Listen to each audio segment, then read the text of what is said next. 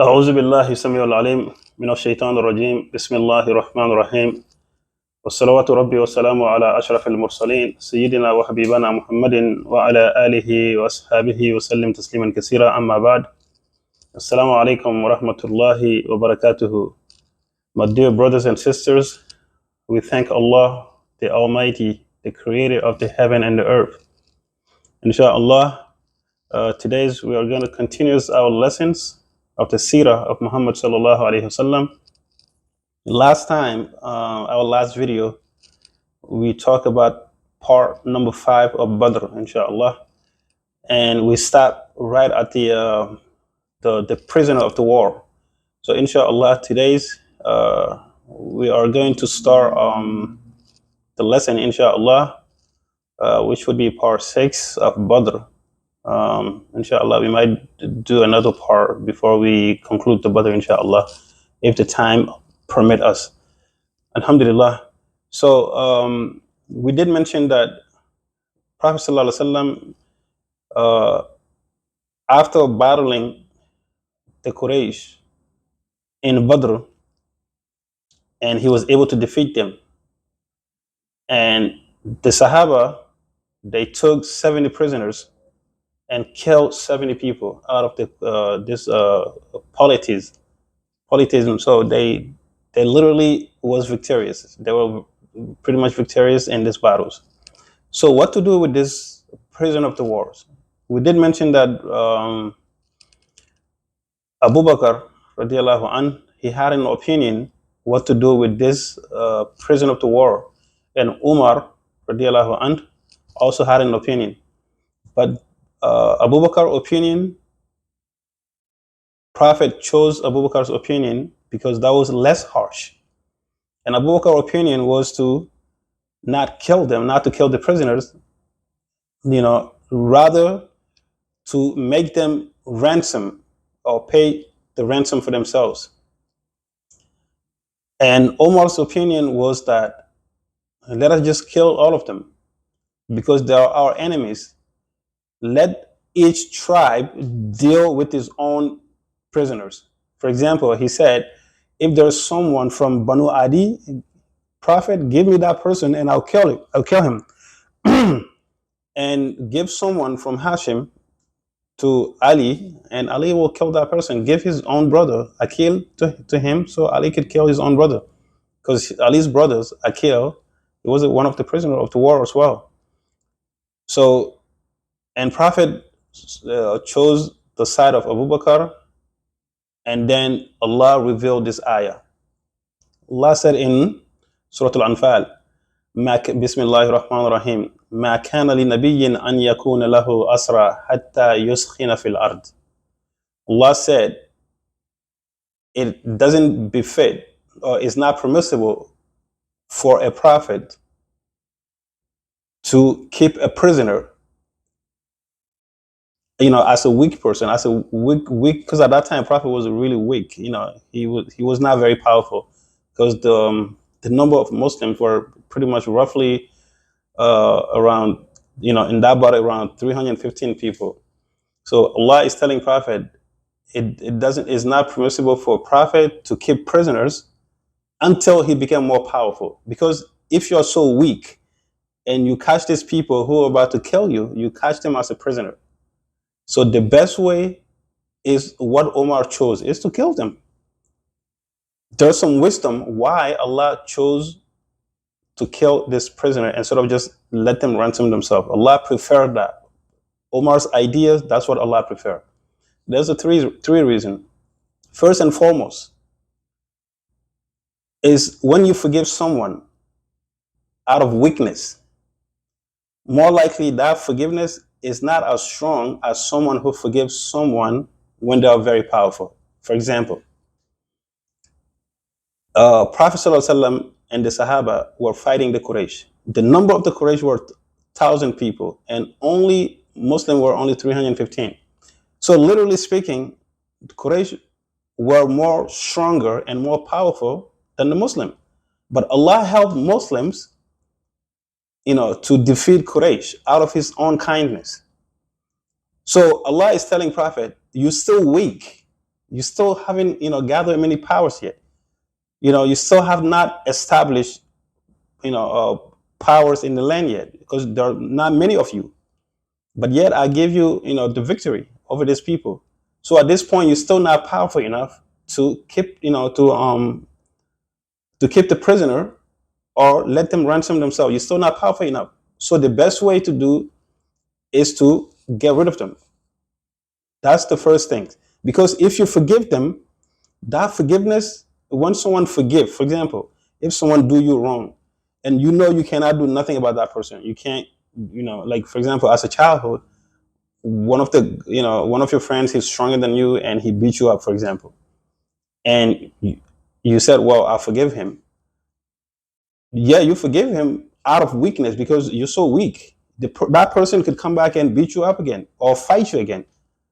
So you forgiving out of the weakness is not a total forgiveness. But the real forgiveness is when you forgive someone come and trying to bother you, or someone come and do you wrong, do something really terrible to you. But you could retaliate, you could do even more to that person than what the person did to you. You could done even more, but yet you forgive the person as if nothing happened. Because you're more powerful to retaliate. You're more powerful to do whatever you please with that person who do you wrong, but yet you choose not to do anything. You forgive that person. That is the actual ultimate forgiveness. That's what Allah was trying to tell Prophet. He said, "Ma kana li nabiyyin an yakuna lahu asra."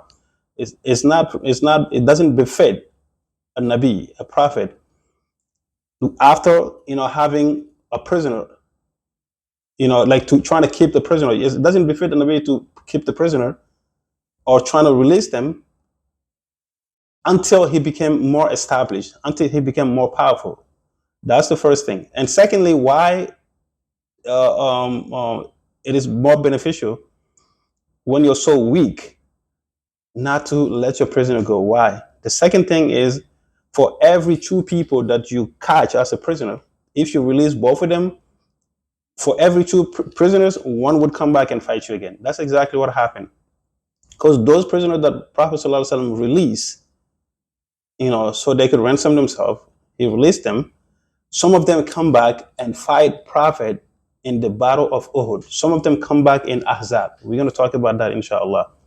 So because once you're weak and you release your prisoners, they're going to come back and fight you again because they know you're weak.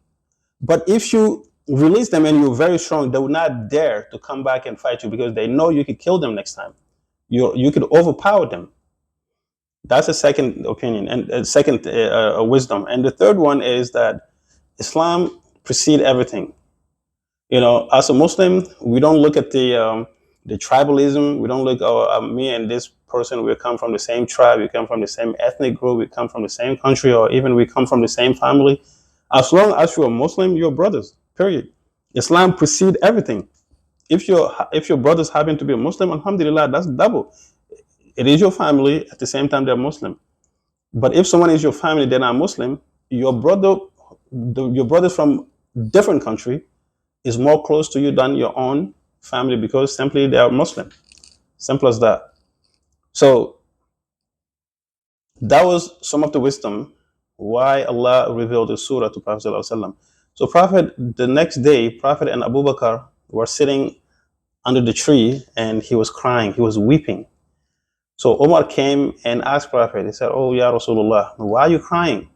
Can you please tell me why you're crying so I could cry with you? Even if I don't understand why you're crying, I'm going to force myself to still cry with you." And Prophet said, "Oh, Omar, in the matter of the prisoners, Allah chose your side. Me and Abu Bakr, we were completely we were completely off. But Allah chose your opinion. Because in the same ayah, Allah said, if it was not, if it was not the blessing and the favor of Allah, the punishment would come down for the decision that Muslim took by keeping the prisoners and let them ransom themselves. Allah said, if it was not from the favor of Allah, that he already forgave Prophet and the companion, a punishment would come down. That's what Prophet was crying, because he knew, Allah forgave them. Otherwise, the punishment would come down for the decision they took in the matter of keeping the prisoners. Allahu Akbar. So many of this type of thing happen in Islam. Sometimes Abu Bakr's opinion, or Abu Bakr would utter a word, Allah would make that an ayah. For example, we talk about that when um, uh, uh, Uqba ibn Abi Mu'ayt, when he was trying to choke Prophet sallallahu alaihi wasallam, when Prophet was praying at the Kaaba, Abu Bakr said, "تقتلون رجلا أن يقول ربي الله." So Allah take this phrase and put it in the Quran. So like this too. So this was Umar's opinion, and Allah favored his opinion. So many of this happened. So then, but Allah let it go. Allah said, "Okay, fine, I'll forgive you." So you chose to let these prisoners ransom themselves. That's fine. Go ahead, do it. But it would be much better if what Omar said to go along with that. That would be much better. But since you already decide to do this, that's fine. Allah already forgive you. So now, Prophet, he took the prisoners, the 70 prisoners. Some say 72, 73, but the majority of the opinion, they say about 70 people, 70 prisoners. So among these prisoners, Prophet's uncle Abbas was among these prisoners. Suhail ibn Amr, one of the leaders, one of the elite leaders of Quraysh, was among these prisoners. And Akil, the brother of Ali ibn Abi Talib, was among these prisoners. And some other people. But among these prisoners also, there were two shaitan, two evil devil, two devil guys among these prisoners. And those two devils, Prophet ﷺ, before he took the prisoners to Medina, he came to this like a plain land, and he ordered Sahaba to bring these two people. One of them was another ibn Haris. Another ibn Haris, who's another ibn Haris? Another ibn Haris, he's from Mecca, but there was a time he had a chance to go to Iraq. So he had a chance to go to Iraq and learn different things, different cultures and stuff like that. So he was an educated man. He was educated. He knew how to write, and he was a poetic guy. So he would write a poem, and stuff like that. And this man, when the Quran would come down, he would mark the Quran. He would say things against Quran. This man, 8 ayahs came down for against him. 8 ayahs from the Quran came down against this guy, and this guy would say, "In here illa asatir al awwalin." He would say, "Oh, this Quran is nothing but the fable, meaning it's the ancient history. This is not true. Whatever Muhammad is saying that comes from Allah or from somewhere, it is not true. This is nothing but fable." This guy used to say that, another Ibn Haris. And he used to say, I could bring down the same exact thing that Allah is bringing down to Muhammad. This is what Allah said. Allah said, وَمَنْ أَظْلَمَ مِمَّنْ افْتَرَى عَلَى اللَّهِ كَذِبًا أَوْ قَالَ أُوحِيَ إِلَيَّ وَلَمْ يُوحَى إِلَيْهِ شَيْءٌ وَمَنْ قَالَ سَأُنْزِلُ مِثْلَ مَا أَنزَلَ اللَّهُ. Allah said, وَمَنْ أَظْلَمَ, who is more wrongdoers, مِمَّنْ افْتَرَى عَلَى اللَّهِ كَذِبًا, than those who blankly lie against Allah. أو قال, or he would say, أُوحِيَ إِلَيَّ وَلَمْ يُوحَى إِلَيْهِ شَيْءٌ, and he would say, oh, a wahy, a revelation came down on me, and Allah said nothing came down on him. He's lying. Allah is saying, who is more wrongdoers than someone who lie against Allah, and he would say that he received a revelation, and now no revelation was come down on him whatsoever. وَمَنْ قَالَ, and who else would say, سَأُنْزِلُ مِثْلَ مَا أَنزَلَ اللَّهُ, I would send down exactly the same thing what Allah has sent down. Meaning he's saying he's capable to bring the same exact Quran like Allah. Allah is bringing Quran down to Prophet. He himself could send down Quran. This is Harith, another ibn Harith. So he would make this mockery, for Islam and prophets and so forth. He was one of the evil of the evils. So because of his vulgarity, because of his backlash against Islam, because of his criticism of Quran, Prophet ordered him to be killed right on the spot. He was one of them. And the second person was Uqba ibn Abi Mu'ayt. We talk about him a lot. He has some several story. He was the one who was trying to choke Prophet ﷺ with his clothes, with his cloth. He put his clothes around Prophet's neck when Prophet was prostrating, praying. He was trying to choke him. That's when Abu Bakr said, "Taqtuluna rajulan an yaqula Rabbi Allah." Are you trying to kill someone who said, "Oh, my Lord is Allah"? Why would you trying to kill him for? He just said, "My Lord is Allah." So what's your problem? And another time, this same guy, Uqba ibn Abi Mu'ayt,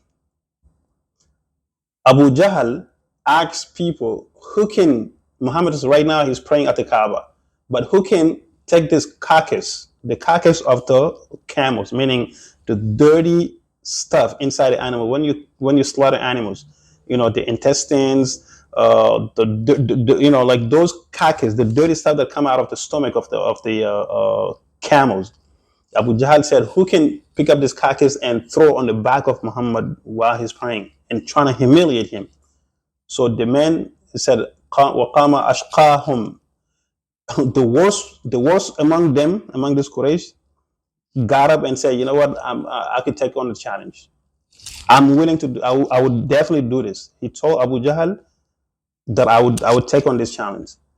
So he went, talk about Uqba ibn Abi Mu'ayt. He went and gathered all this carcass and come, and while Prophet ﷺ was prostrating, he took this carcass and put on top of Prophet's back.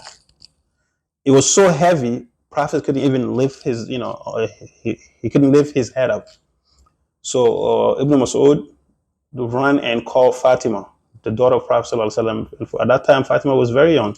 So Fatima came running and started taking stuff out of Prophet's back. All this carcass, remove all this carcass out of Prophet's back. And that's when Prophet ﷺ, even before the Badr, he made prayers. And this man named, Prophet mentioned, it said, oh Allah, I'm calling you with the name of Abu Jahl, with the Uqba ibn Abu Mu'ayt, with so and so and so. He called up 7 names, and all of them got killed in the Badr. So this man, Prophet ordered him to get, he was caught as a prisoner of the war. But Prophet now want him to get killed. Because, in other religions like Christianity, they would say, oh, if someone slaps you on one cheek, you have to show him the other cheek. Meaning they talk about tolerance and stuff like that. They preach tolerance, but they themselves they're not tolerant.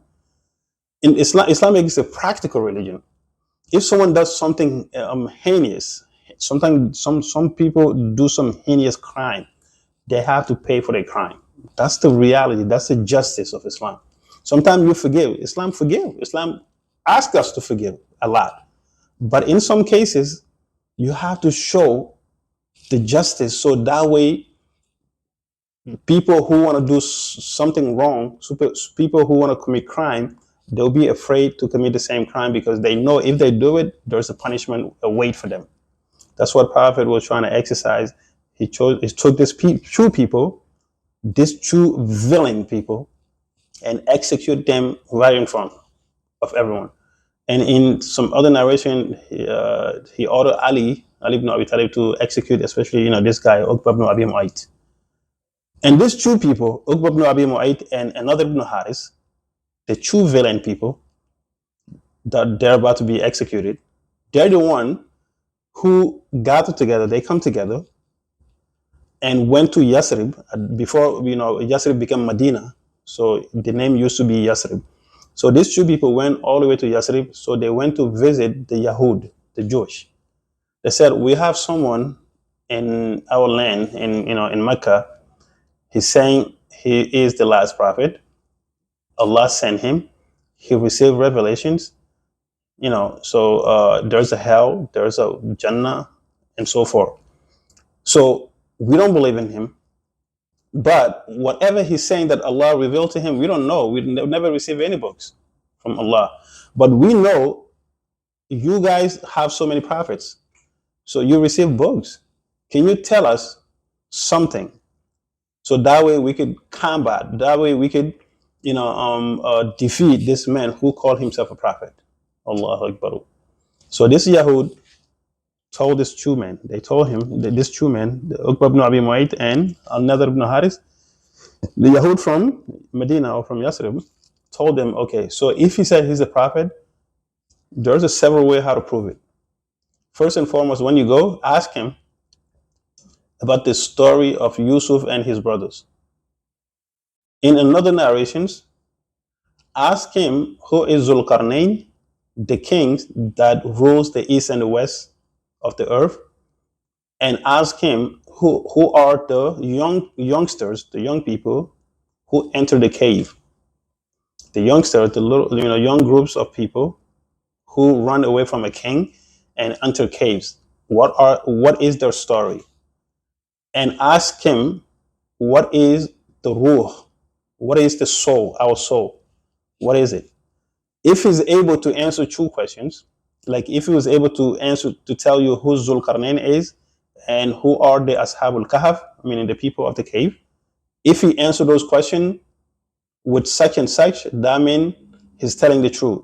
But when it comes to the soul, if he gives you an answer, this is what soul looks like, he is a liar. But if he tells you he doesn't know anything about soul, nobody knows anything about soul, that means he is telling the truth. And then these two people were so happy, extremely happy. And they run back to Mecca and they said, oh yeah, we're going to get him. And they start asking, bombarding this question to Prophet ﷺ, and he answered all of them. So he answers about the Ashab al-Kahf in Surah al-Kahf, the one that we read every Friday. And Allah would explain, these young groups who ran away from a tyrannical kings and refuge in a cave. And they were in this cave for over 309 years. 309 years they spent in the caves. And then they come back to life and so forth. So, and Prophet explained that to them. And he told them about Zulqarnain, the king who rules east and west.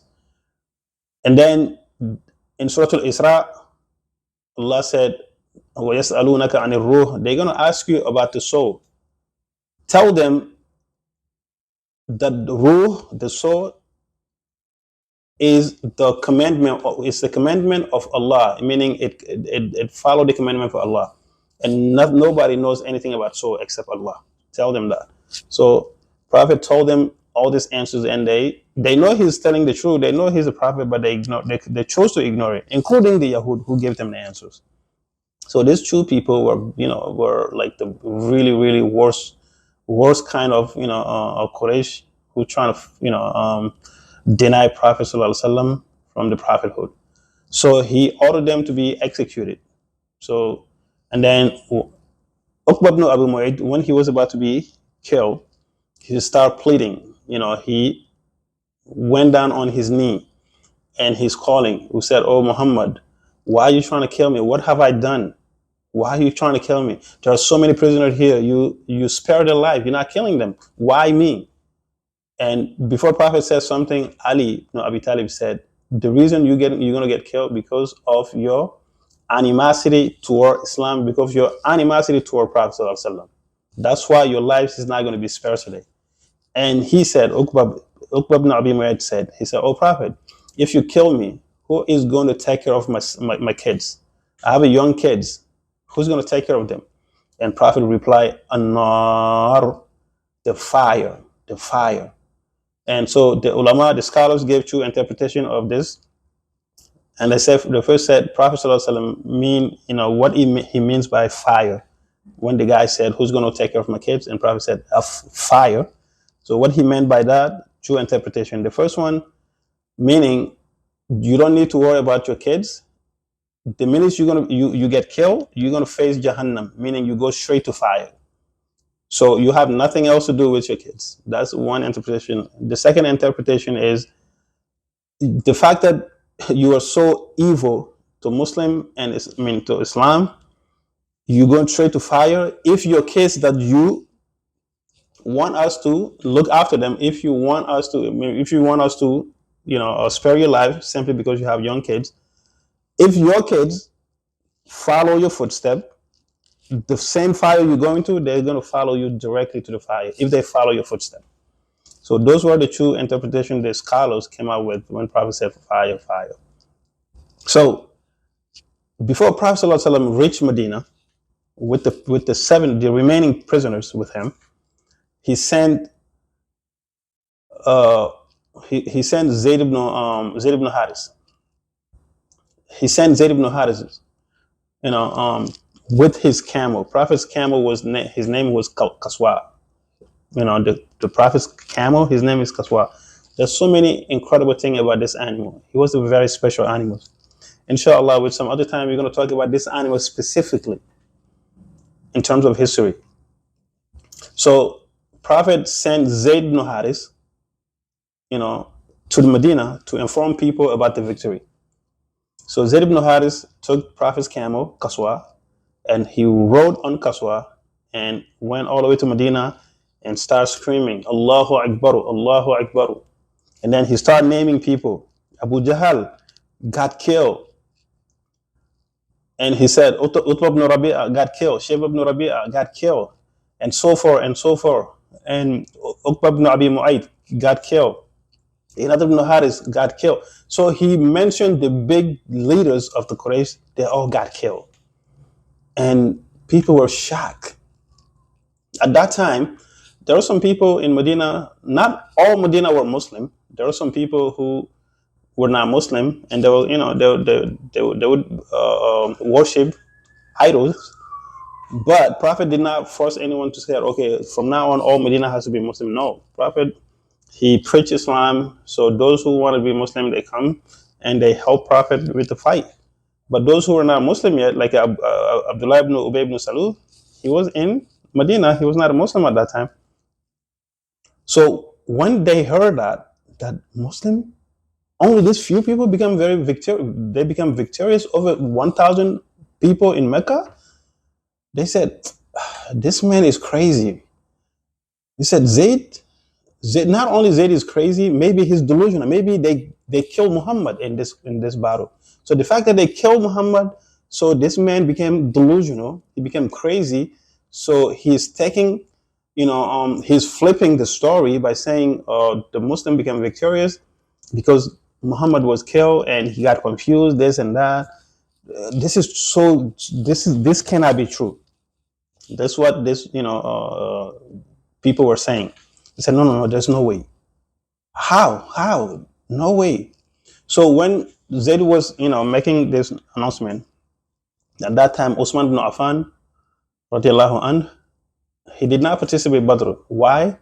We talk about that because he was married to one of Prophet's daughter, Ruqiyya. And Ruqiyya was very sick. So Prophet ﷺ told Uthman, you cannot come to Badr. You have to stay with your wife, with your sick wife, and help her. So Uthman was excused to stay with Ruqiyya, the daughter of Prophet. And in some narration, Ruqiyya is the second daughter of Prophet because the first daughter is Zainab, the second daughter is Ruqiyya, and then the third one is Kulthum, and the fourth one is Fatima, Zahra. So Ruqiyya was really sick, and so when this man was, shouting, Zayd ibn Haris, he was saying that Islam became victorious, and Osman heard this voice, and at that time Osman was in Baqiyah, in the graveyard of Baqiyah, because the daughter of Prophet ﷺ passed away. Allahu Akbar, passed away, and he was burying her. At that moment, that's when he heard this news. So this to show you, even Prophet himself, the happiest days of his life, which is the day of Badr, when he became victorious over the Quraysh, but yet still Allah showed him the sad part. So this is what life is. Sometimes you're happy, sometimes you're sad. Sometimes the happiness and sadness could even collide. They come together. Prophet was really happy because he became victorious, but the same day, his happiness, his daughter passed away. So if things happen to us in life, we start blaming, we start, pointing fingers, this and that. But look what Prophet has endured. Look what he has to go through in his life. He lost all his kids during his lifetime except one. All of them. Allah Akbar. So he went through so much trauma, so much stress, and it's unbelievable. So Prophet lost his daughter the same day. So, and then the prisoners, so Prophet and the Sahaba, they brought all the prisoners to Medina. And Prophet told all the Sahaba, so from now on, each prisoner, so those who caught a prisoners in the war, that prisoner would be your responsibility.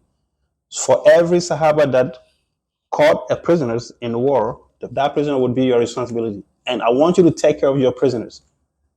Only in Islam you would see that.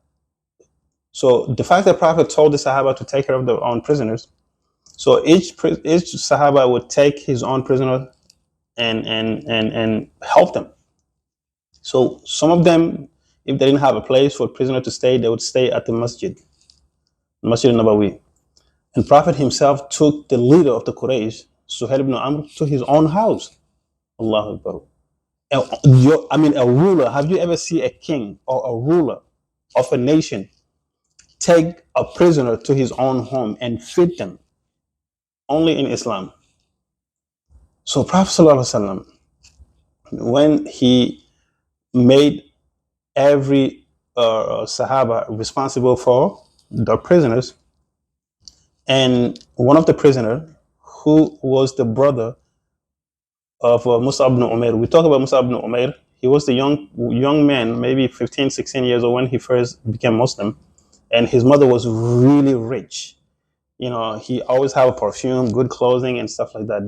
The day he became Muslim, his mother disowned him. And mother said, you know what? If you don't live this religion of Muhammad, I'm going to take everything away from you. He said, oh, mom, really?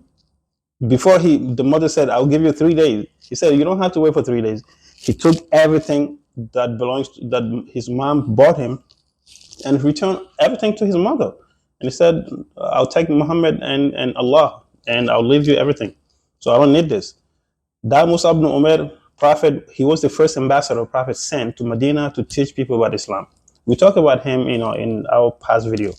So that Mus'ab ibn Umair, his brother was caught in Badr. So his name was Abu Aziz ibn Umair. So this Abu Aziz ibn Umair, he was narrating this story. He said, when we got caught as the prisoners, so the one who caught me, when it's time to eat, instead of eating, they would eat meat and bread, good meat and bread. Instead of eating that, they would give us meat and bread, and they themselves would eat nothing but dates and waters. And I'll be shy to take the fact that they give us meat and bread to eat, and they eating, meaning they giving the prisoners the meat and bread, and they themselves eat nothing but dates and waters. And he said he was so shy. He said, no, I don't. Please keep your bread and stuff like that. And their response would be, no, our Prophet sallallahu alaihi wasallam told us to be kind to our prisoner. That's why we're giving you guys meat and bread, and we eat dates because that's how we honor our guests and we honor our prisoners. So that's how it used to be. They used to be great like that. Because of this kindness, many of these prisoners, when they were liberated, when they were ransomed, most of them come back and become Muslim because of the kindness of Islam. So Suhail ibn Amr, which is one of the leaders, we're going to talk about him a lot. So he's pretty much one of the biggest leaders now, because all the great leaders already got killed in Badr. So now automatically he became one of the great leaders of Quraysh. And Abu Sufyan, which is still in Mecca, we talk about him. And so they are the two great leaders now. But Suhail, As a prisoner, his hands was tied and he was placed in the corner room of Prophet ﷺ.